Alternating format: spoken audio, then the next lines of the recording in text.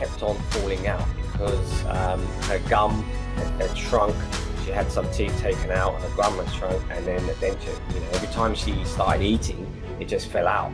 So it wasn't very nice for her, and she felt like, I don't feel like eating because my denture keeps on falling out. So she wouldn't eat anything, and then that could be another reason. So you've got to think about what is it that's putting them off from eating, and have a look.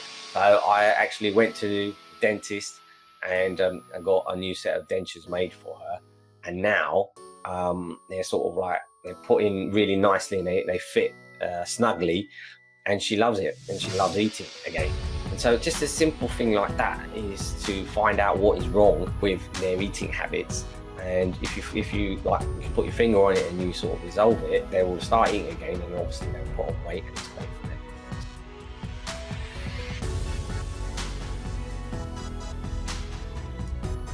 Hi there, it's good to see you back here, and some more inspiration, tips and tricks about looking after your elderly parents. In case you don't know who I am, my name is Hitesh Daudia. I help family caregivers and startup entrepreneurs create a more balanced lifestyle, achieving more in doing less. And today's topic, how difficult can it be to help your parents eat, or, make sure they're eating regularly? And, there's basically 7 reasons why seniors lose their appetite. And how can we sort of, as carers, look after them and make sure that we're doing the right thing for them as well. So I just want to go through some topics in case before I start that, in case you're new here, put a comment down in the chat box below. If you've got any questions, feel free to as we're going along. And yeah, it's really nice to see you here, and I hope I can provide you with some great tips for you to sort of like maybe put into practice for your caregiving needs as well. Yeah. First and foremost, you need to rule out any mental health conditions or side effects that your parents might be having, and because of they're losing their appetite. And first you could look, and the first port of call I would say is talk to your doctor. As soon as they've lost their appetite, talk to your doctor and find out what's going on with your parents.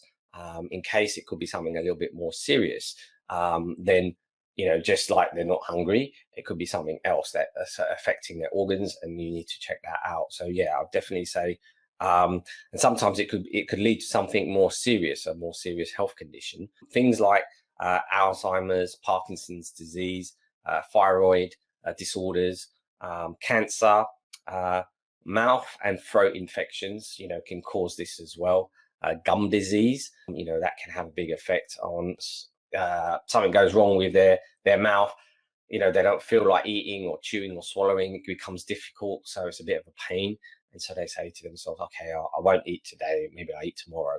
And it keeps on going on and on. Yeah, could be some gland problems, to do with saliva, medication side effects, things like dry mouth. Something like if you're eating something and you've got a bit of a metallic taste, that can put you off eating something that someone's cooked for you, and they've spent like hours in the kitchen, cooking for your elderly parents, and then they just think, well, I don't really fancy that.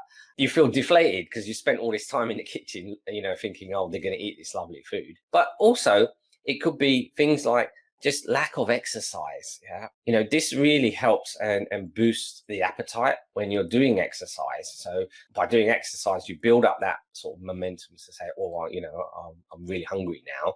Make sure your elderly parents, you are sort of they are doing exercise, or you are sort of helping them do the exercise, or maybe you're doing it with them. I do it regularly with my mum every day. I exercise with her, and that helps her. It's got a bit of a routine. In the morning we do normal exercises, then we do some energy exercises, and that helps. It makes a big difference. Dehydration, yeah, being dehydrated can cause definitely loss of appetite if they don't get enough fluids in. My mum's particularly one that doesn't like drinking water. Now, you might have your folks like that as well, and they don't like drinking water too. And it might be something like, maybe you have to put a little bit of flavor in the water, to give it a little bit of flavor, because it's sometimes plain water, it just doesn't do it for them. My mum likes drinking a lot of tea. Okay, there's water in that, but she also puts a lot of sugar in there, and that doesn't help on that side of things. So I'd say, like, the more water you can give to your parents, if they've got anything on their mouth or anything, it flushes it all out, and it makes it, whole mouth cleaner. And so I say, like, try to get them to drink as much water as possible, because this is really good for their organs as well. Yeah. The other thing is a lack of routine. If they haven't got a routine, it sort of messes everything up. And I think if you can create more of a daily routine for them, they'll know, okay, this is the time that we sit down for breakfast. This is a normal time we have lunch. This is a normal time we have dinner.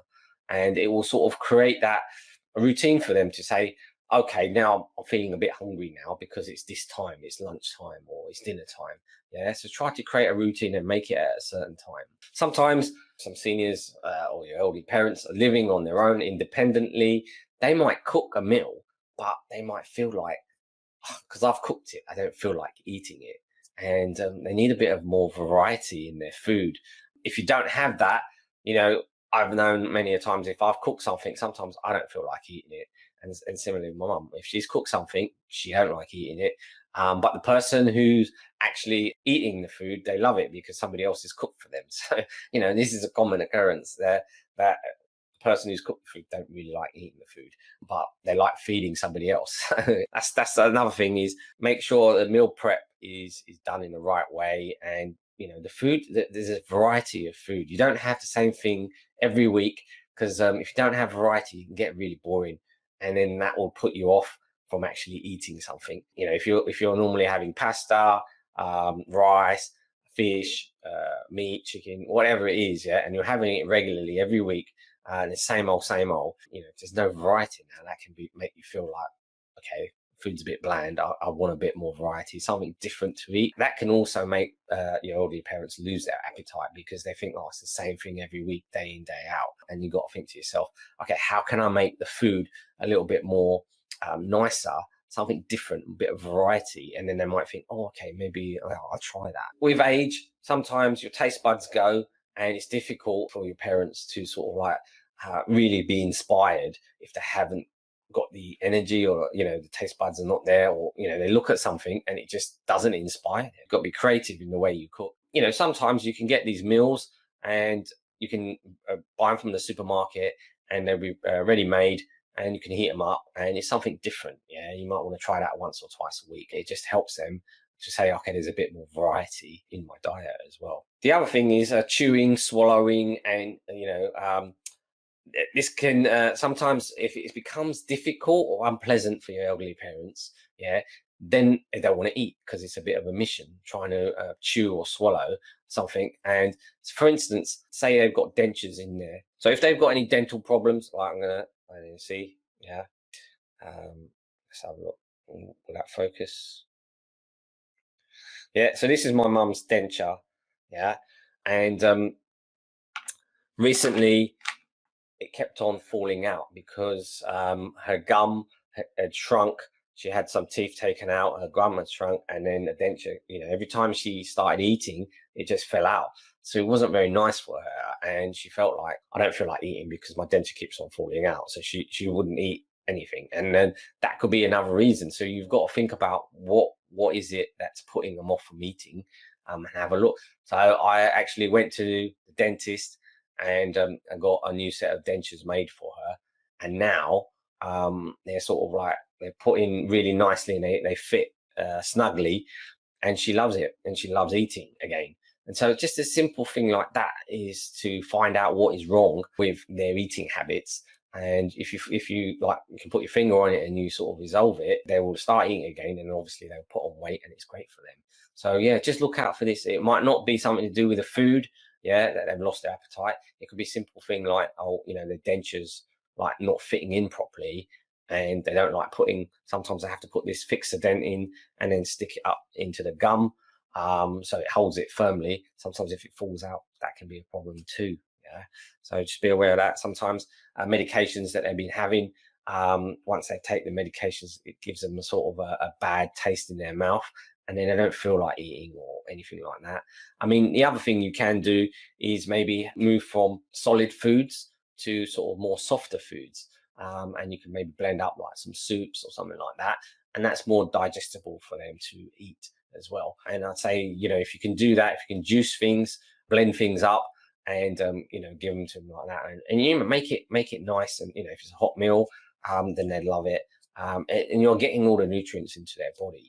Yeah, things like if someone's just had a stroke or they've got dementia, multiple sclerosis, Parkinson's disease.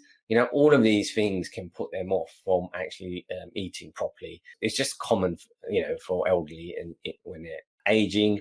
And you've got to think to yourself, okay, it could be something to do with a disease that they've developed in their body. So how can I sort of think of a different way of making it more enticing and the food's nicer, so sort of build their appetite up. Yeah, so just think about what sort of disease they've developed, and how's that sort of interacting with them as well. So think about that as well. 1 in 10 elderly parents pretty much get depressed. It could be anything. It could be a number of things, and you don't even know what these things are. It could be a simple thing like the weather, just the weather changing for someone. And if they like it bright and sunny and it's overcast and cloudy, it could change their mood. It can maybe make them feel a little bit depressed. So that's not even good for them, and that can make them lose their appetite. Simple thing like that. They're the things that I wanted to say, that there could be a load of diseases associated with this that could make them feel like losing their appetite if they haven't got a routine as such. Make sure that they have got some sort of routine where it is helping them sort of create that momentum, and so they've got it in their mind that, okay, at this time I'm having my breakfast, lunch, dinner. That will help as well. Question of the day: what will you change about your elderly parents? Sort of eating routine. How will you sort of engage with them, or how will you notice that they've lost their appetite, and what can you do to make it a little bit more comfortable for them, a little bit better? So think about that, and that's the question of the day today. So I just want to say, I really appreciate you coming on, and as I always say, achieve more by doing less.